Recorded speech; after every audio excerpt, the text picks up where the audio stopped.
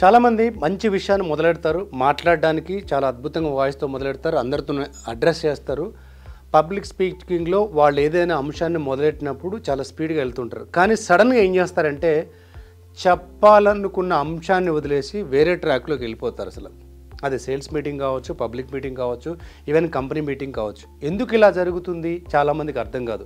వీళ్ళకి ఎగ్జాంపుల్ తీసుకున్నప్పుడు లేదా తెలియకుండా వెళ్తున్నప్పుడు అవుట్ ఆఫ్ ట్రాక్లోకి వెళ్ళిపోయి ఆడియన్స్కి చిరాకుతో పాటు విరక్తి కూడా పుట్టిస్తుంటారు. వాస్తవానికి పబ్లిక్ స్పీకర్ అనేవాడు చాలా ఎఫెక్టివ్గా ఉండాలి. ఇప్పుడున్న పరిస్థితుల్లో ఎదుటి వాళ్ళ ఆడియన్స్ ఎస్పెషల్ వాళ్ళ అటెన్షన్ గ్రాప్ చేయడం చాలా వాళ్ళ కనెక్టివిటీ పోకుండా గ్రిప్పింగ్గా మాట్లాడగలగాలి. వీటికి చాలా చిన్న చిన్న టెక్నిక్సే. కంటెంట్ ఎలా మొదలెట్టాలి, ఏం మాట్లాడాలి, ముఖ్యంగా కన్క్లూజన్ ఎలా ఇవ్వాలి, ఎలా ఇస్తే వాళ్ళు మనం చెప్పిన దానికి కట్టుబడి ఉంటారు, ఇవన్నీ చిన్న చిన్న టెక్నిక్సే. వాటిని వాడితే ఈ పబ్లిక్ స్పీకింగ్ స్కిల్స్ చాలా అద్భుతంగా నేర్చుకోవచ్చు. ఒక్క కాల్ చేయండి, ఈ టెక్నిక్స్ అని నేర్చుకోవచ్చు.